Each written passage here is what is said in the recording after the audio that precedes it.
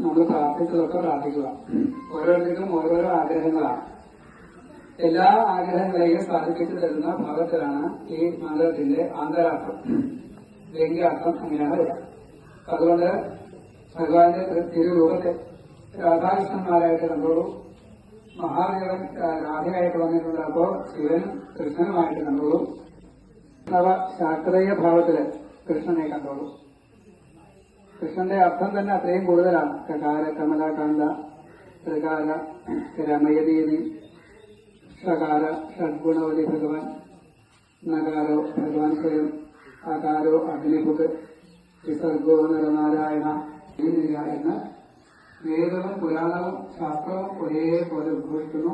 ആ ശ്രീകൃഷ്ണനെ ഇപ്പോൾ നമ്മൾ ശരിയായിട്ടുള്ള മന്ത്രത്തിന്റെ അർത്ഥത്തോട് കൂടിയിട്ട് നമ്മളെ അനുഗ്രഹിക്കണേ എന്ന് പ്രാർത്ഥിച്ചുകൊണ്ട് മന്ത്രം ചരിത്രം ഉറക്കെ ചൊല്ലുക.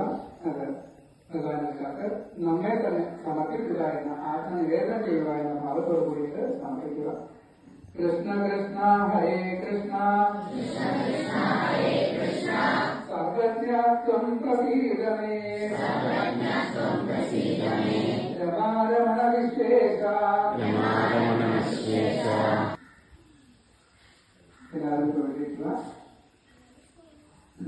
ശ്രീകൃഷ്ണ